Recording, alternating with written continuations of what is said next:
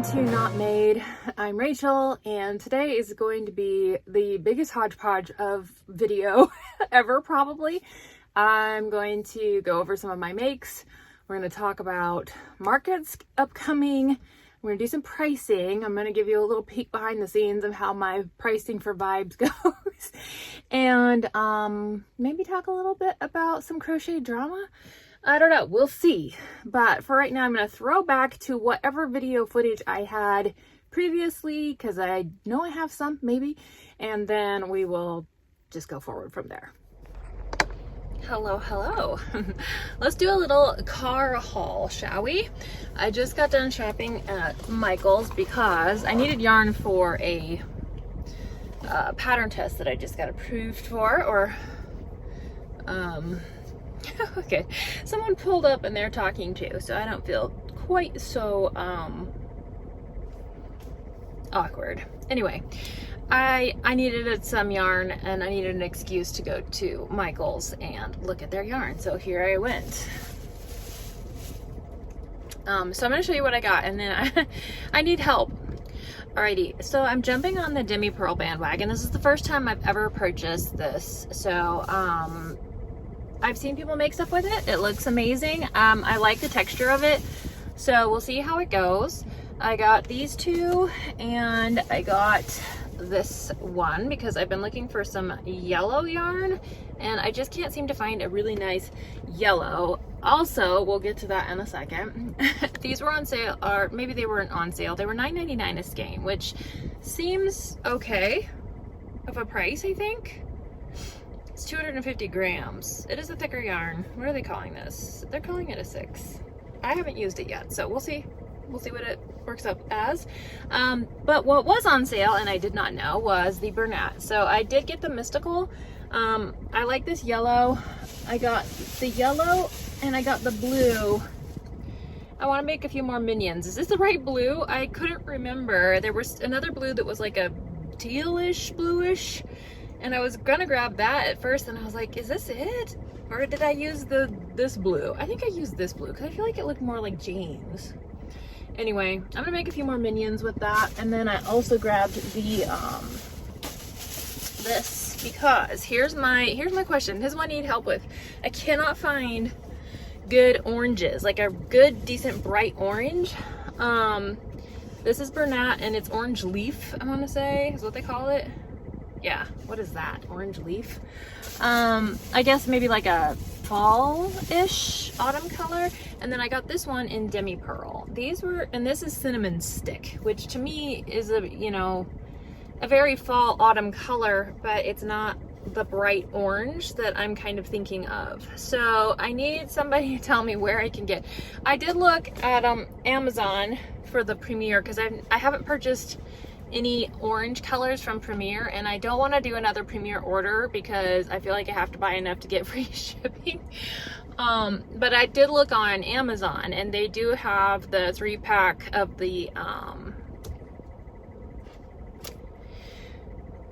Parfait Chunky, right? Which isn't my favorite. It seems like it's a little on the thin side. And I haven't tried Parfait Plush, so I need somebody to weigh in and tell me which Parfait to purchase that has a really good bright orange, and tell me what the color is.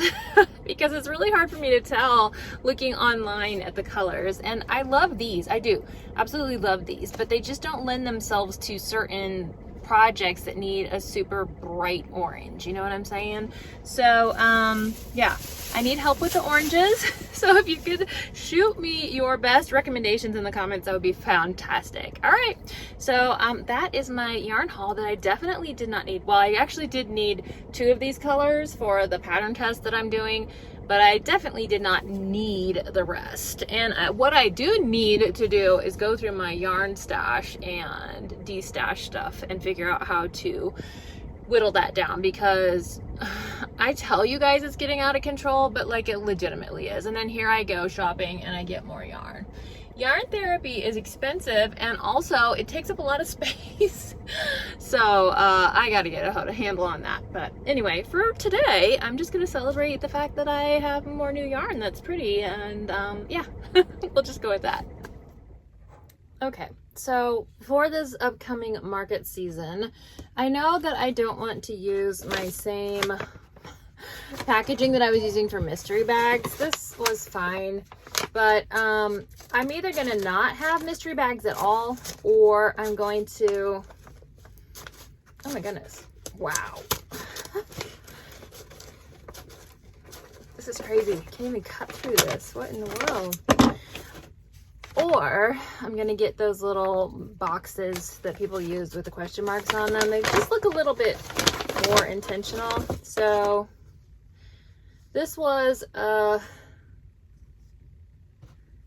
my attempt at a shoulder buddy, but I don't think I used strong enough magnets because with the, let's see, I've got two. Like, I can get it to sit, but it's not very, it doesn't feel secure, like it's not gonna fall off. So I'm not really sure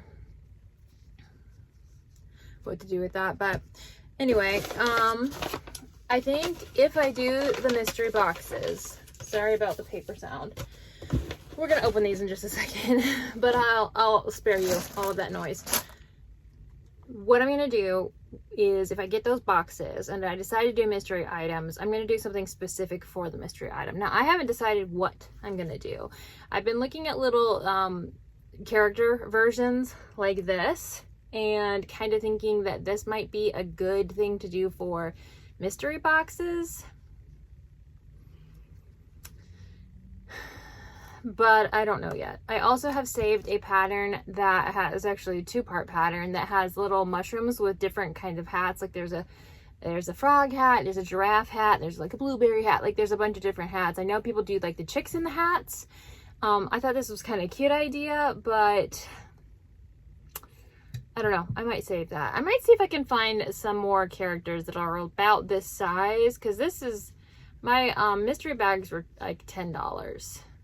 And this is about, I would say, a $10-ish size. So, yeah, I might see if I can find some more along those lines and then have a little graphic kind of showing the different things that you could have in your mystery boxes. So, all right, let me throw you into a time lapse and we will go through, or no, I'm not going to do a time lapse because I want you to be able to see it.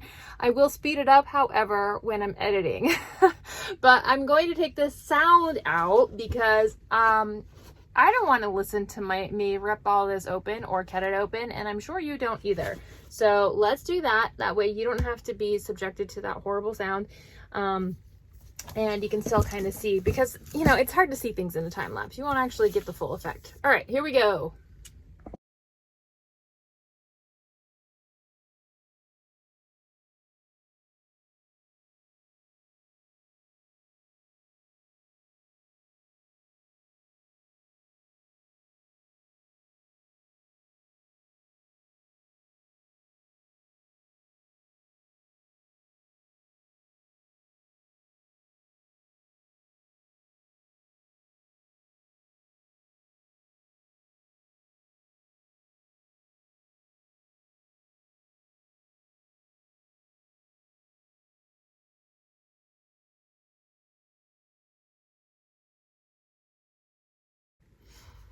Okay, so I guess that's where my other zombies went.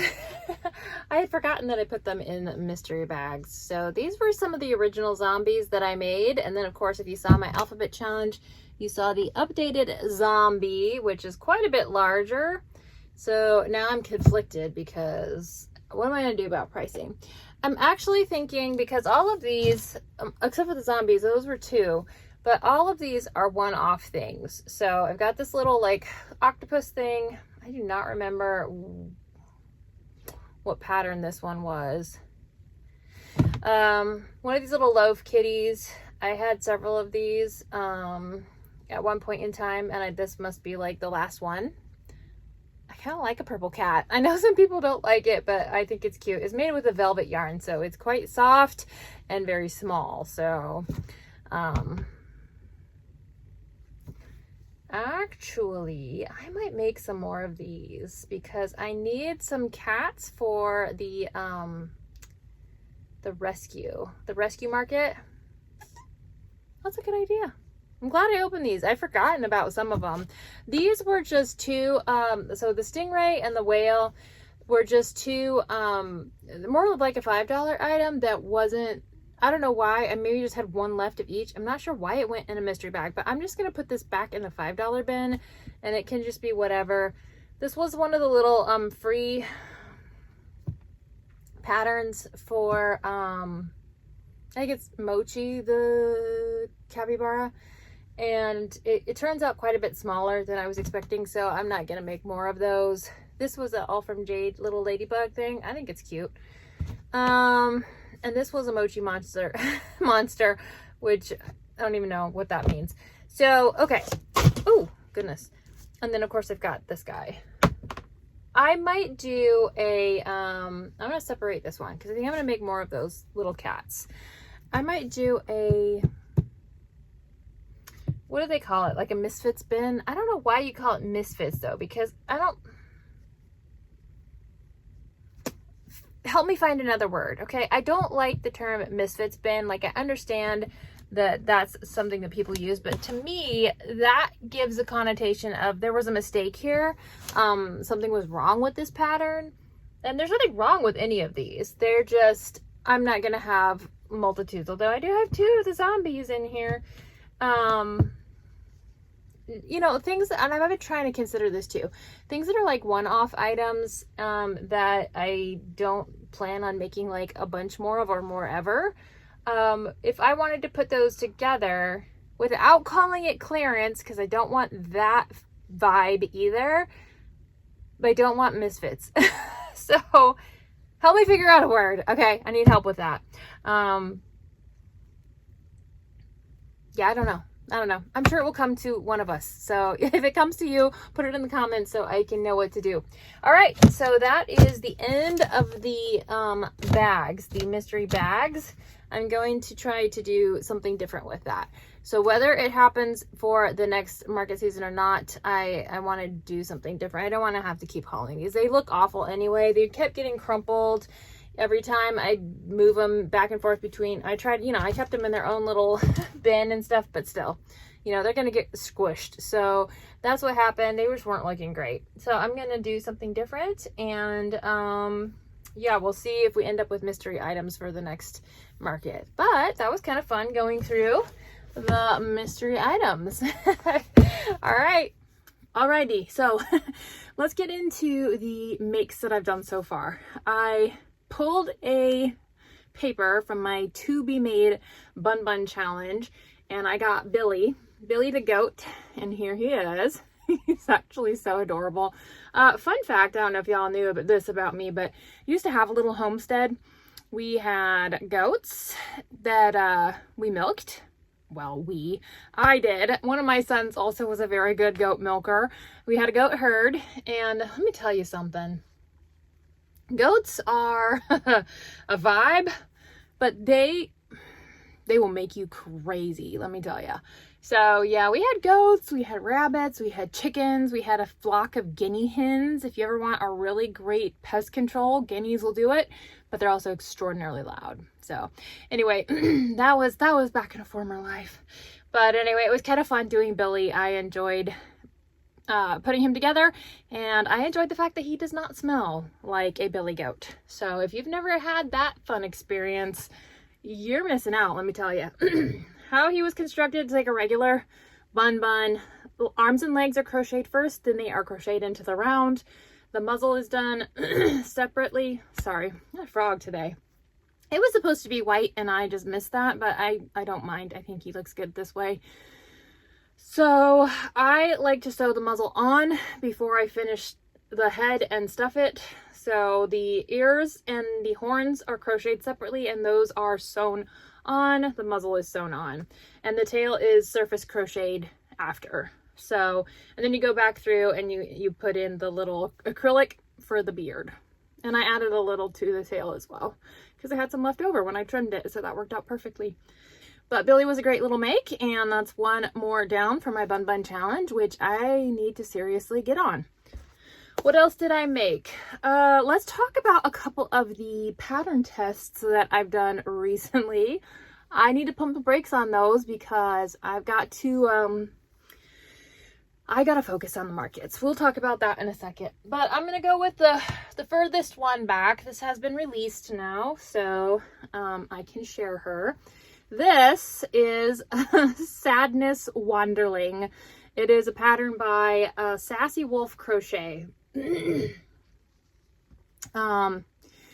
I didn't think I was going to like this pattern as much as I ended up liking it, and it turned out huge. I used Stash Goals yarn for her, and I used 30 millimeter eyes, I want to say, just with the glitter disc because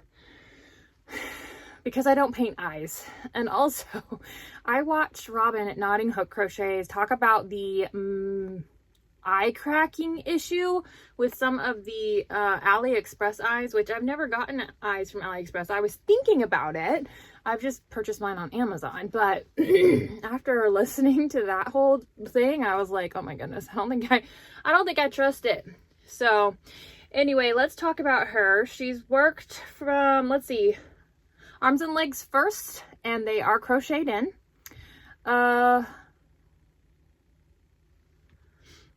The head is worked separate and then sewn on. These little eyebrow things, eyelids, are just surface crocheted. And then the ears I thought were interesting. I've never seen ears done like this. It's just a flat crocheted piece, which I think just works out so well for her. And it kind of mitigates some of those really bulky ears that you get. I did add poly pellets, so she's got a little heft, a little weight to her. And then there are flowers that you can add however you see fit to the finished plushie. So there's a little bit of face shaping in the pattern as you crochet. But yeah, I just think she's super duper adorable, and I like her a lot. So that was Sadness by, again, I think it was Sassy Wolf Crochet. This is a free pattern, you guys. I'm gonna have to put the pattern designer down here because I can't remember the whole handle. It's like Eva Garumi Toys or something. I can't remember now. But she is I want to say Spain-based pattern designer. I'm not quite sure about that, but I think that's what it is.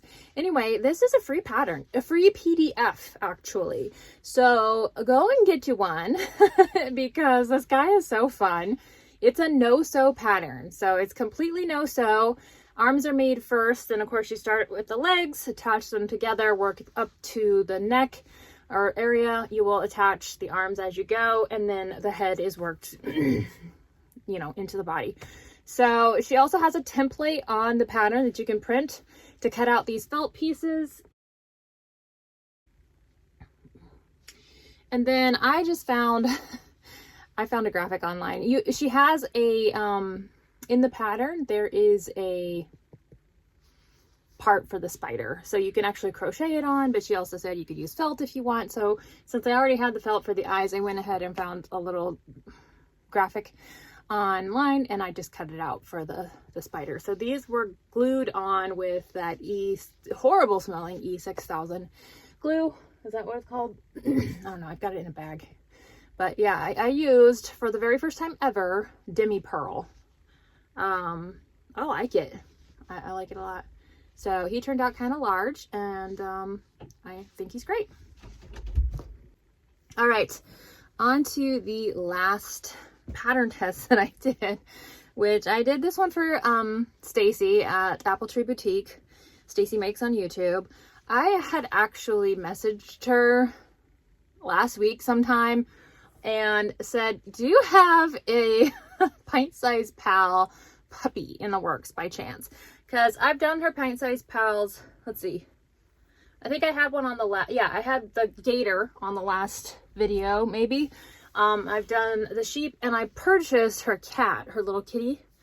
And I was like, I don't know if she's, because I went to her Etsy and I didn't see it. So I assume she hasn't released it yet, but maybe had one in the works. She did say it was on the list for pint-sized pals, but she also said she's got a non-pint-sized pal puppy in the works. Well, she released her pattern test for that, and I instantly jumped on. I like literally begged her, please let me. The reason being, one of my upcoming markets is at a rescue, an animal rescue. So this is her Build-A-Pup. I'm not exactly sure what she's calling this pattern. I'll put it in, I'll put it down here if I can remember it. But it's basically a choose your own adventure building a dog. I did the belly flop version. She's got a floppy version where the head is attached differently. It would be sewn on to the body this way, and the limbs would just be flopping down.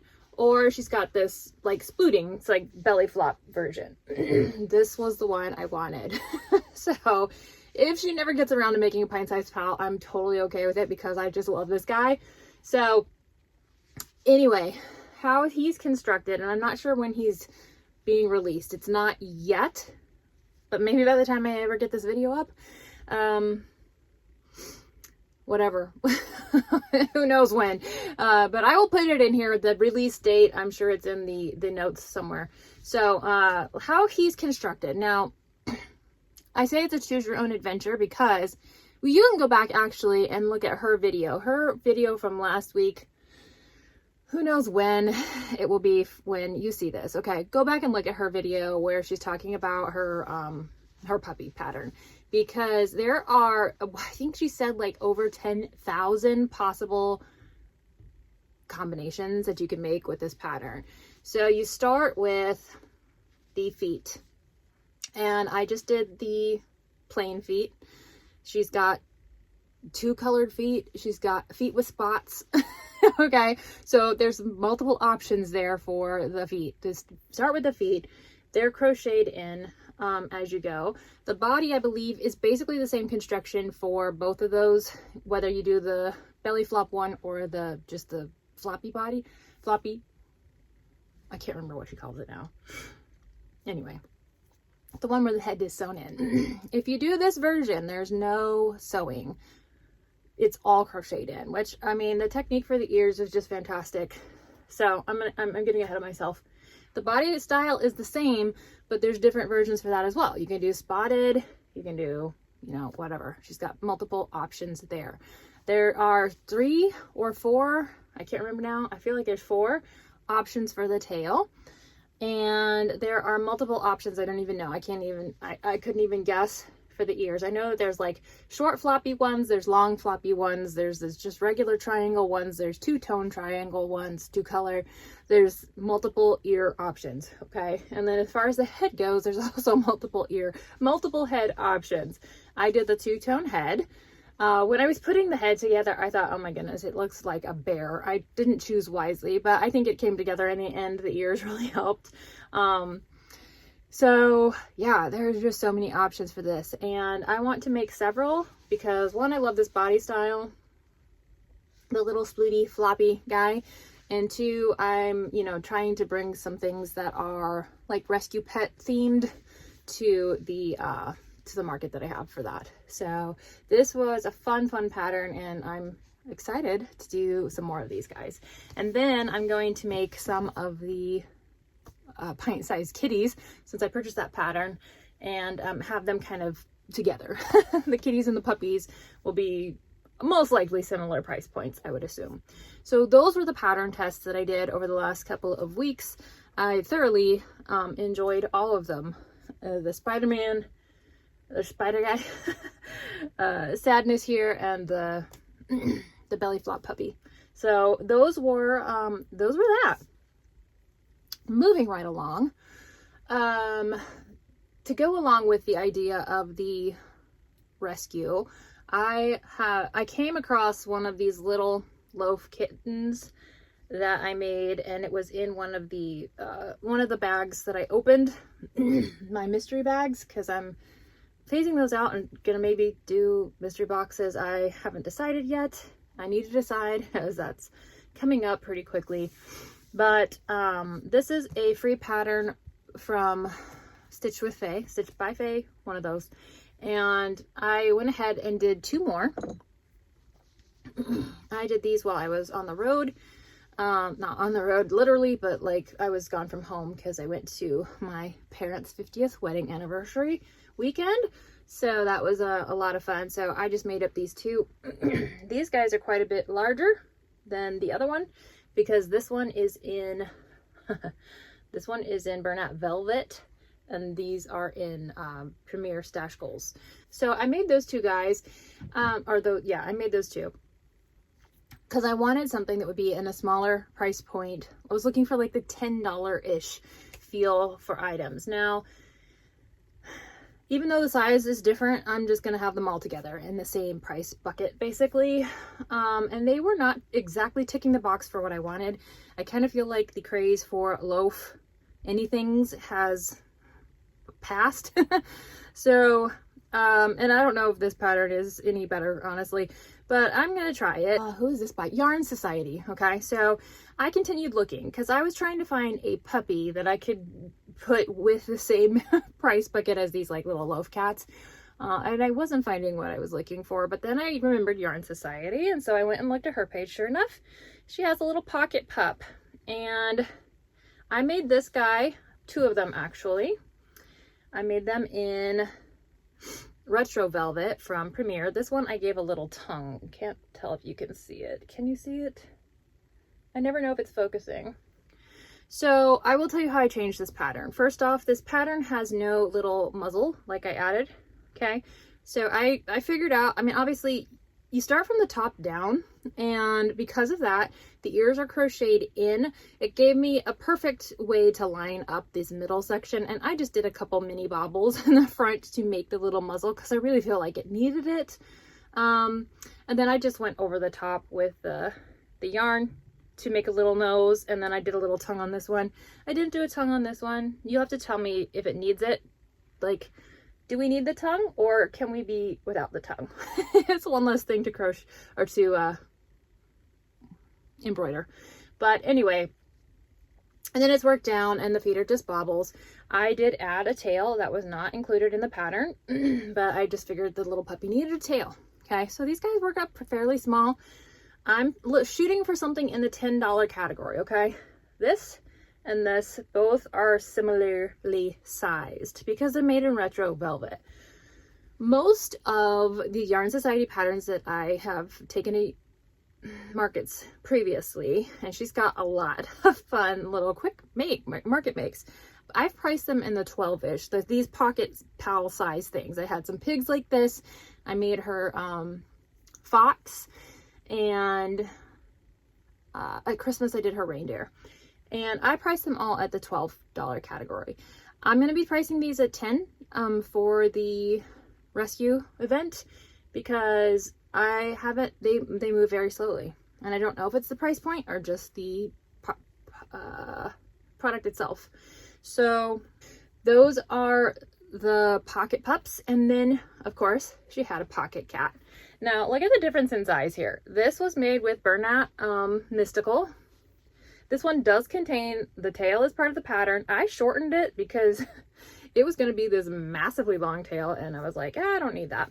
So now that I'm looking at it, it's not quite centered. I don't know. It's fine. So this was leftover Bernat Mystical. Look at the size difference, though. So, you know, it's similar to what's happening with these love kittens, and honestly, it's fine. I will let this go for 10, even though in my pricing for vibes, I would try to price this at 12 because of the size. My $5 makes are like the size of a ping pong ball because I use the Poggy's Place Critterlings. So this seems like a little bit more than a 10, but that's what I'm going to have it at, and we're going to see if that makes a difference. As far as the time it takes to make it, it probably takes a little longer than I would generally spend on a $10 make, but that could be just me because I'm a very slow crocheter.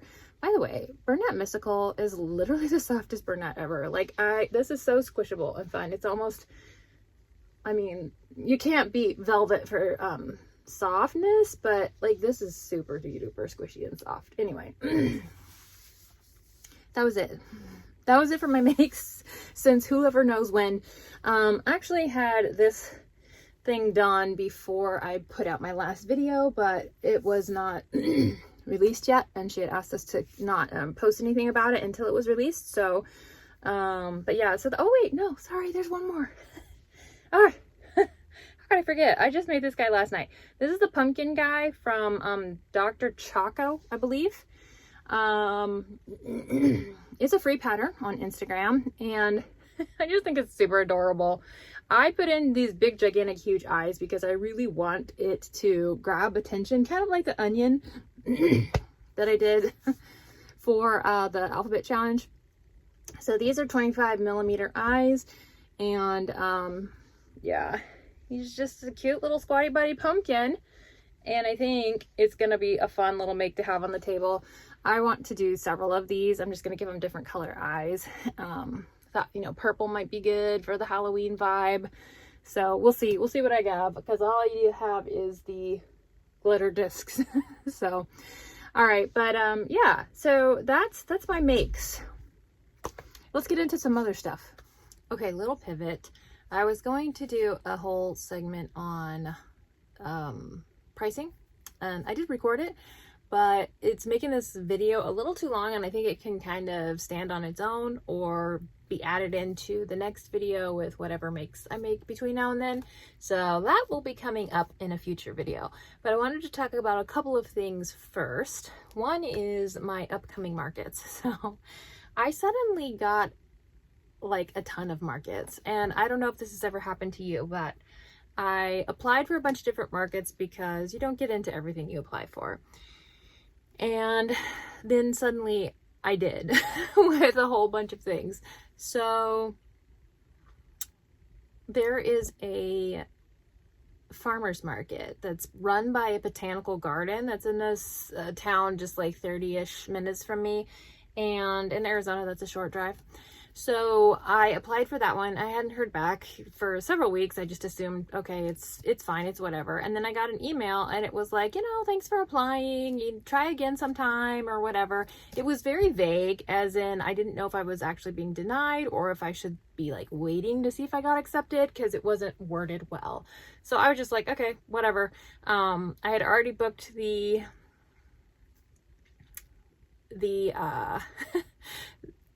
yes, no, maybe so market on the October 24th or something like that, at that farm that I had done the last time, only it's in a different location. I don't know how to explain what's happening with that, but that had opened up, so I had booked that for October.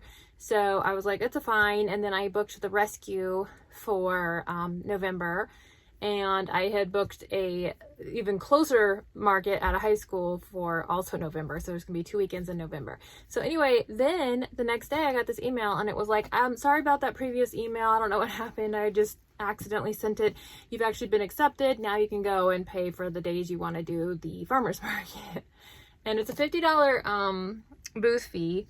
I don't know anything about this venue. I don't know if it's brand new or, you know, what all to expect there. So I was hesitant to book for like multiple days, but I did go ahead and book for 2 weekends in September, because I'm like, I want to try it. It's closer to home. I want to see what it's like. So it's going to be blazing hot.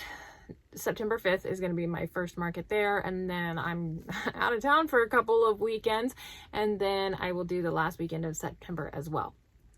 And at that point, I will decide if I want to try to book more weekends at that particular place, if that's even an option anymore. I did text, or I emailed the coordinator, and I was like, do I have to pay for all of these up front, or can I wait till next month to get like October, you know? And I haven't heard back. So I just don't know what to think about that, you know?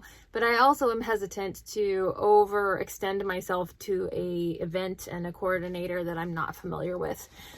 So anyway, that opened up, and so I was feeling the pressure. And then I did get an email saying I was actually declined from the school market in November.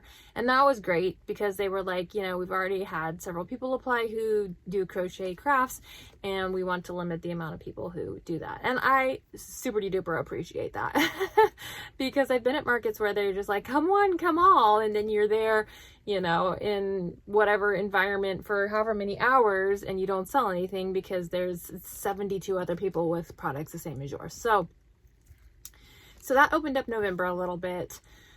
So I have 2 markets in September. I have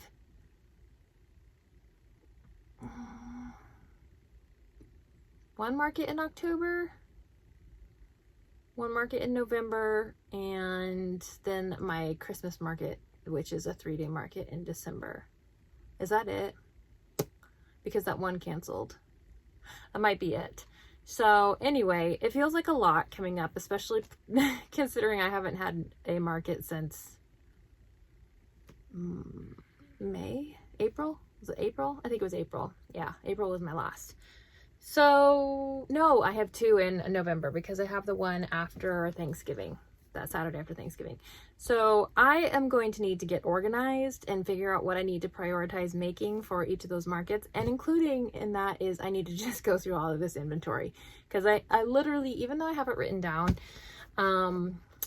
I don't know how accurate that is. And I'm going to be doing some pricing adjustments in the next video maybe.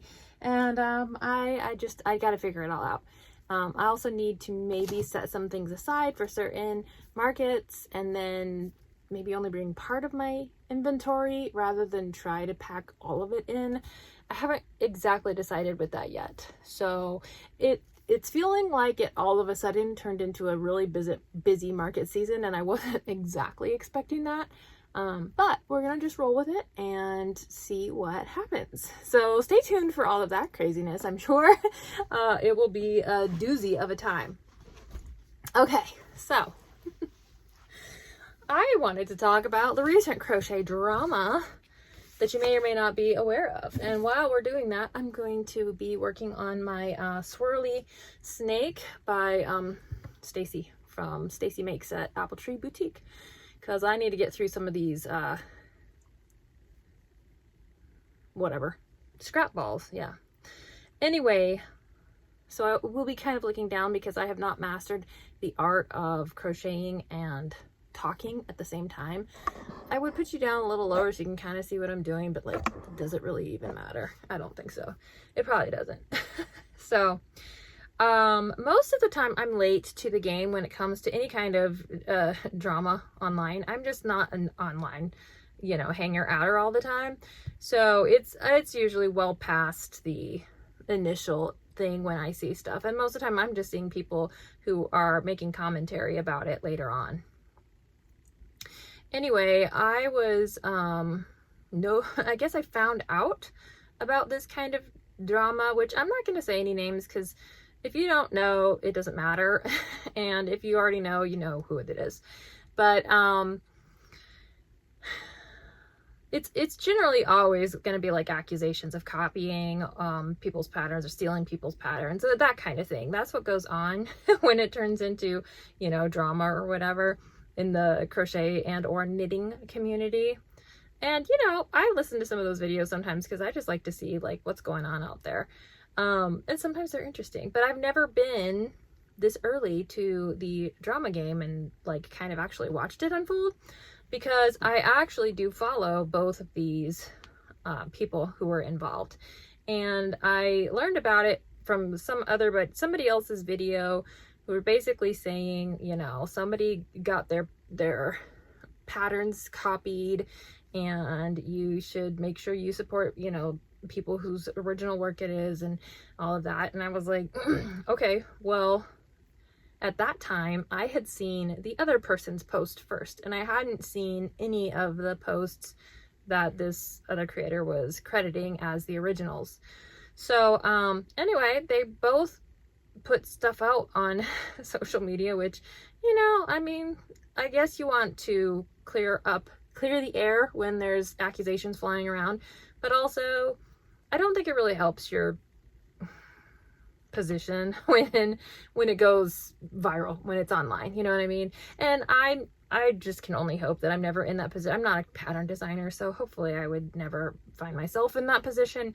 But I do feel bad because both of these patterns were involving trademark characters. So, I mean, technically it's not even like you can get in trouble for it. You know what I mean? Like they crack down on stuff like that. But I will tell you my opinion, because I saw one before I saw the other. And then when I heard about the other, I was also kind of like, well, that's interesting, because one of them was a standalone pattern in a certain kind of style that I thought was super duper cute. And I actually applied for that tester call because that's what I had seen. I had seen that tester call. I had never seen any of the other posts. So even though I follow both of these people on Instagram, Instagram does not always work with you on their algorithm. So I hadn't even seen the other ones. The other posts were kind of an interesting idea. It was a collab, I guess, of sorts, where you ended up having to buy a pattern from two different designers, and then there was a mod. I think the mod might have been free on Instagram, but you had to have two separate patterns from two separate designers in order to make that particular thing with the mod. And in my brain, I was like, okay, I would rather just have a standalone pattern. I'm not going to be purchasing any of them, partly because of the drama, and also partly because I don't need to, you know? So, but just for me personally, if I were looking to make those characters, and I can't really speak to the truth of whether it was copied or not copied, or just ideas that came at the same time and happened to be super duper similar, and also, of course, were similar characters because the characters were not, you know, unique. You know, I don't know. I don't know the truth behind any of that. But if I were going to purchase patterns, I would definitely go with the standalone pattern as opposed to having to purchase two separate patterns and follow an online mod, because that just sounds to me like an insane, crazy amount of work. I can barely handle going back and forth between the mod and the actual pattern when I'm doing Nooks Hooks Hoodie Bears, because I like her swinging legs mod. I just wish it was written in the pattern. I hate having to bounce around and try to find this piece and that piece and, you know, whatever to put it together. So, yeah, for what it's worth, I mean, that's just kind of my opinion on the whole thing. I think I read everybody's posts, and then some of the posts got taken down, and, you know, I'm sure somebody somewhere will find it and make a YouTube video about it, as one does. But this is the first time I was actually kind of on top of the drama as it unfolded. And I just thought, you know, it's just kind of sad. It's sad for everybody involved. It's sad that there were feelings hurt in the process. It's sad that we, you know, get so, you know, and again, I don't do this for my living. So I guess maybe I don't have as much skin in the game, and I also don't create patterns. So if I had worked really, really hard on a pattern and somebody turned around and released something that seemed like a replica of it, you know, I think that would be difficult, you know. So I don't know who did what when or how that all came about, but it was interesting because at the same time, or during that same time, I also saw another person who had posted about canceling a tester call for a pattern that they had made because someone had pointed out that it was very similar to somebody else's pattern. And, you know, I mean, kudos to her for taking hers down, and then she kind of reworked her pattern. I think she's gonna go forward with it. I don't know, I haven't kept up with that part, but, you know, there's only so many stitches. I know we hear this argument all the time, and we're all inspired by the same things that are going on, whether it's the movies that we're watching or, you know, whatever else, or just seeing other people's work. It can inspire us. And I think that there's a really delicate line between being inspired by and also copying. And I don't know if this girl who took down her tester call, if she had seen the original, or, you know, the other pattern that people were pointing out to her that it looked very similar to, you know, I have no idea. And, She said it was an idea that, you know, had come to her a few months back, and she made it for somebody, and then she decided to make it into a pattern test and whatever. So, you know, stuff happens, but it's just kind of crazy when it all, you know, unfolds in real time, I guess. But anyway, that was the little bit of tea, drama, whatever you want to call it, that I had seen recently, and I just wanted to throw in my 2 cents. If I were going to buy one of those character patterns, I would be turned off by the fact that I have to buy 2 separate patterns from 2 separate designers and then follow a mod in order to make that particular item. And I would definitely go looking for an option that wasn't that. But that's just me. So, you know, and I know people, they get to know the designers, and you really, you know, vibe with them or whatever, and you want to support them in their work. And I know both of the designers on the collab have fantastic patterns, and I think that I've made, well, I know for a fact I've made at least some of them from one of the designers, but and I have others, free patterns saved from the other. I don't know if I've made any of her patterns, but anyway, that was just all free. And if you stuck around to hang out with me during that, I'm almost done. So I just figured I'd throw my thoughts in the ring there. I don't really have anything definitive to say about it. I just think that it's kind of unfortunate that things devolve into into drama, you know, particularly when maybe it should just be something that is worked out between people behind the scenes, rather than something that we're, you know, hurling accusations across social media over. So for what it's worth, those are my thoughts, and this is a wrap on this video. It's already way too long, but do come back, because the next one I will be talking about pricing and showing you some of my random thoughts when it comes to how I price. And then I'm also going to be needing to go through inventory, maybe update some of the pricing, and figure out what my actual true inventory total is. So come back and see if I can get organized. I'll talk to you next time. Bye. One last thing really quickly. We need to pick my next bun challenge make. I can't peek. I'm not allowed. Okay. I got Max the dog. All right. So Max is part of the kind of Christmassy ones. He goes with the Grinch. And I will work up Max the dog next.